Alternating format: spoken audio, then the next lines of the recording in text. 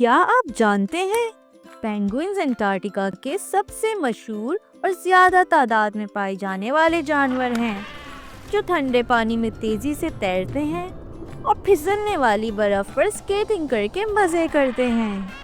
ये परिंदे हैं जो उड़ नहीं सकते, लेकिन मछली की तरह तैरते जरूर हैं।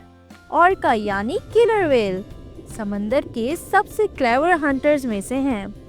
ये टीम बनाकर शिकार करते हैं और अपनी स्ट्रैटेजी से दूसरे जानवरों को पकड़ते हैं। ये बिल्कुल समंदर के सुपर हीरोज हैं। सील्स अपनी मोटी स्किन और ऑयली बॉडी के साथ अंटार्कटिका की सर्दी को आराम से सह लेते हैं। ये पानी में तैरते हैं और आइस पर सोकर सारा दिन गुजार देते हैं। क्रिल छोटे छोटे क्रिएचर्स होते हैं, लेकिन ये अंटार्कटिका के इकोसिस्टम के सबसे इम्पोर्टेंट हीरोज हैं।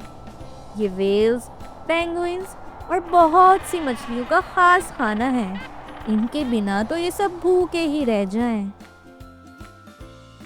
टूथफिश अंटार्कटिका के ठंडे पानी में रहती हैं और ये अपने दांतों के लिए मशहूर हैं। दिलचस्प बात तो ये है कि इनके खून में एंटी फ्रीज होता है, जो इन्हें बर्फ में जमने नहीं देते।